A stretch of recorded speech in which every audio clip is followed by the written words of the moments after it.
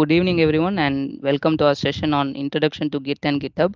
My name is Lalit, and I'll be your guide through the session. Today, we'll learn about version control system, how Git works, and how to use GitHub to manage your projects and collaborate with others.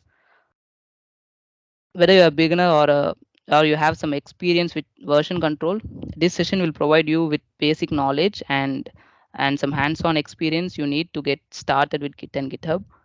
By the end of the session, you'll have a good understanding of how to use these tools and manage your projects.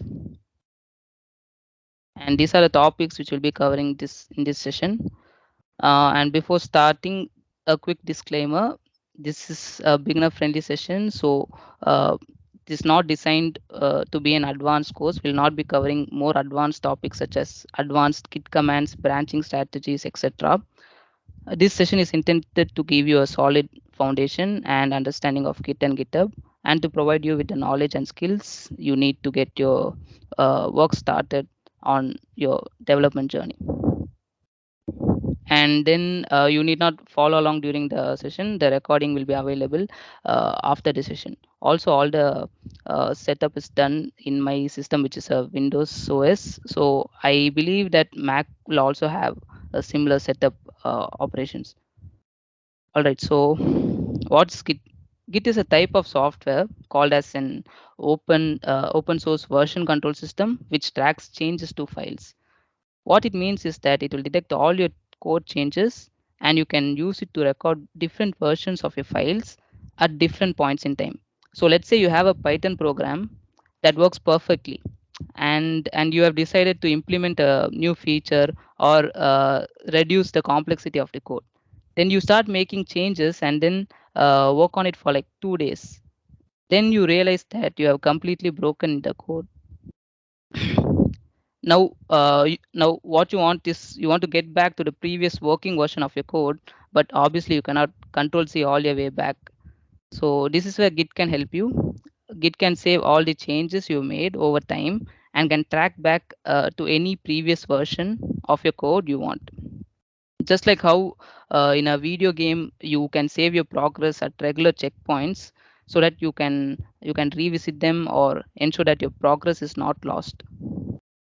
So this is called as version control, and Git also helps you with team projects. With Git, uh, you and your entire team can work on a single project directory, yet each be able to work on different versions of it and experiment on those versions. So that's all about Git. Then what is GitHub? GitHub is an online platform for hosting and managing software development projects, specifically those that use the Git version control system. So you can think of GitHub as Google Drive, which is also a cloud storage service, which allows you to store files, documents, etc. So you will have your project folders stored in GitHub, and Git is a tool using which you can update or modify these project folders. These are some must-know terms related to Git. A project folder that is present in your GitHub account is called as repository or repo in short. It can contain folders and any type of files related to your project. A GitHub branch represents different versions of a repo at the same time. So you can have multiple versions of the same project by just creating more branches. The changes made in an existing project are called commits.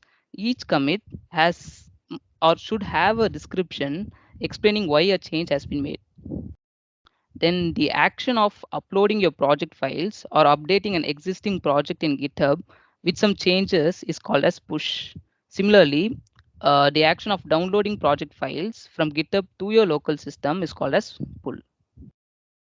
Now, these are some reasons that I could come up for explaining why second years should use GitHub. They can link the source code of the projects in their resume, so the recruiter will find your project to be more authentic and genuine. Also, GitHub is a very good learning resource if you think about it. There are lots of repositories which contain important competitive programming questions or blogs related to different skills and topics. Also, for third years, it's a must-have skill set for getting internships because most of the software development internships are remote, and also you would be put to work in a team project. So knowing Git and GitHub will help you during the internship, and also will help you to get an internship. In my personal experience, we had to do several mini projects in a 6 sem. I had to do a mini project in machine learning and IoT. So GitHub helped me with referring other projects in GitHub, so I could refer other projects and I could get some inspirations from them. Also, you can contribute to open source uh, projects that are over there, and it's also considered as an internship. You can, because you'll be paid, and also you'll get some knowledge and experience. Now let's have a quick demo on creating a GitHub account. Head over to github.com and click on sign up. Enter your email ID. I'll be giving a temporary email ID of mine, but I recommend you to use your college email ID, which will be helpful for getting the student developer pack. And you'll get the verification code in your email. Yeah, and that's it. Your GitHub account is ready. For getting additional student benefits, you need to press on GitHub student benefits. So it will ask you for your college email ID, and this gives you the GitHub Student Developer Pack. Besides GitHub Pro account, you also get some amazing advantages like free Azure credits in Microsoft. You'll also get access to some uh, amazing courses in educative, and also get some free domains for a year or so, uh, which you can use to host your own websites. And yeah, there are too many things that you can check out. So I'm going to sign up here, uh, get student benefits. Yeah, student, then select your college email ID. Now I cannot give my college email ID because I've already used that. So here you have to use your college email ID and give your college name.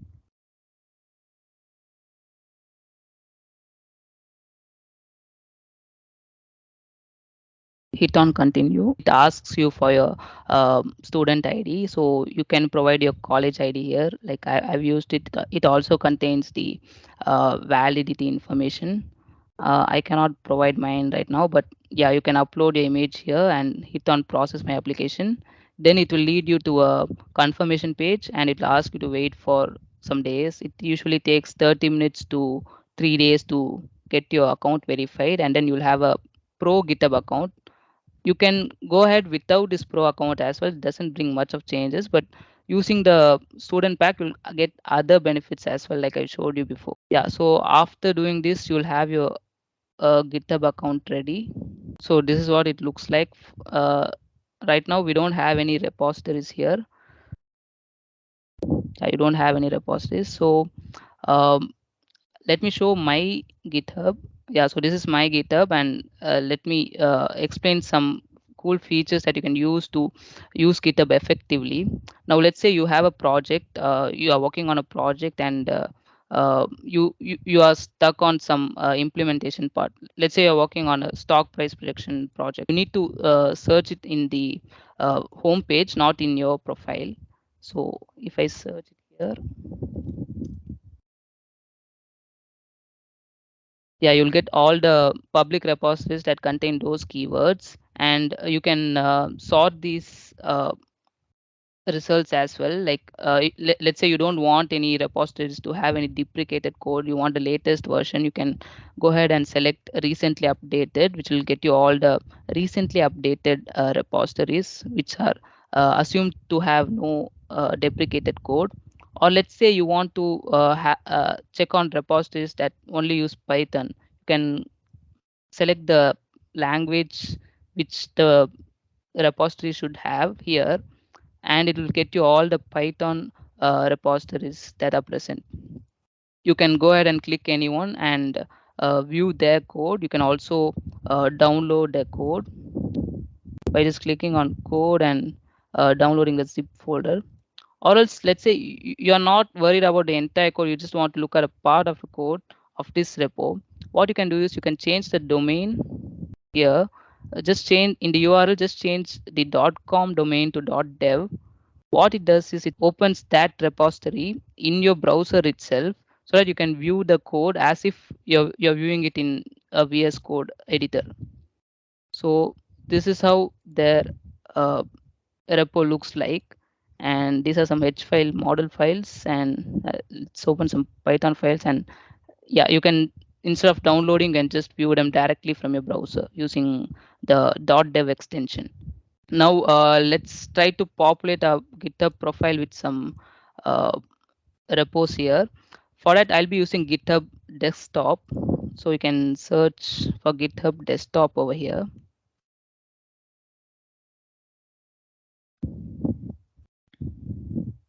Yeah, and then download it depending upon your OS. Now, I already have it downloaded. It's about like 100 MB, and you can download the exe file and install it. And after installing, you'll have something like this. Now, GitHub Desktop is a no code method of controlling your repositories in GitHub. It's the same as Git, but Git has this CLI feature, which is command line interface. So there you have to use some Git commands. You know about command line interface, right? You would have used it in your first semester for accessing files or folders in your local system. Similarly, you have some commands in Git as well. Like you can use git push to push your local project folder to your repository in your GitHub, or pull to get those files from GitHub to your local system. So there are some uh, GitHub commands, Git commands, but those are not like complicated, but it will take some time to remember them. But GitHub Desktop gives you a no-code solution, so you need not remember any Git commands. So let's first integrate the GitHub Desktop with our GitHub account. So head on to File Options. In Accounts, click on Sign In.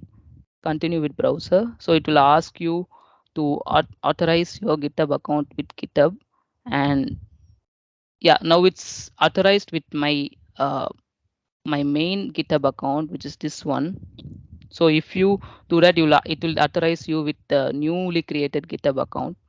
Now I can see all my repositories here. Now let's say you want to push already existing project folder in your local system to your GitHub account. What you can do is go to File, uh, click on Add Local Repository, and select the part, the local part, the location where your project folder is. I'm creating a new project folder here.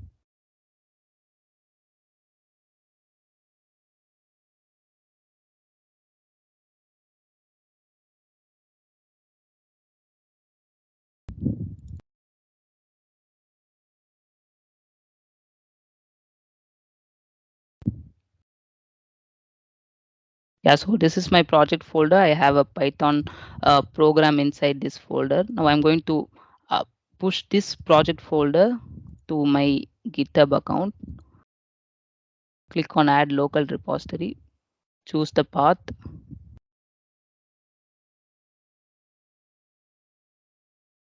Yeah, this is the one. Now, since this doesn't already exist in my GitHub, I have to create a repository first. So click on Create a Repository. Now this will create a repository in your GitHub account with this name, the name which is given to the folder, and I can give a description here. And you need not worry about this right now. Click on Create Repository. Now you can see there are no changes yet, but if you check on history, you just created an initial commit.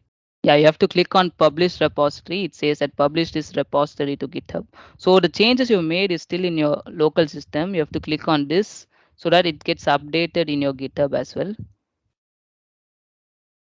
Yeah, now it's published.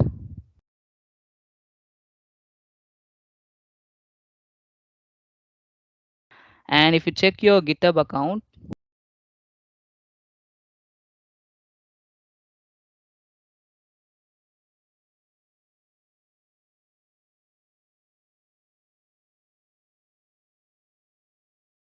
this is the repository that you just created. It contains the first.py file. Yeah, so now let's say you want to make some changes to this existing repo. What you can do is you can just make, as usual, you can make some changes in your project folder. So let me go back to my project folder and I'm going to create a new Python program.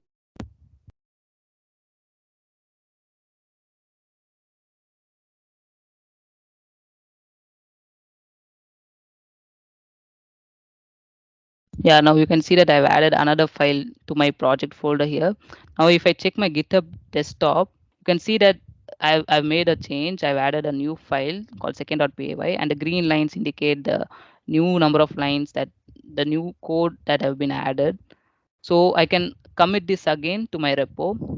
It gives me a default name to the commit saying create second.py. So it's saying I have created another file called this name, and you can hit on commit again to push these changes to your GitHub repository. Yeah, after clicking on commit, uh, click on push origin.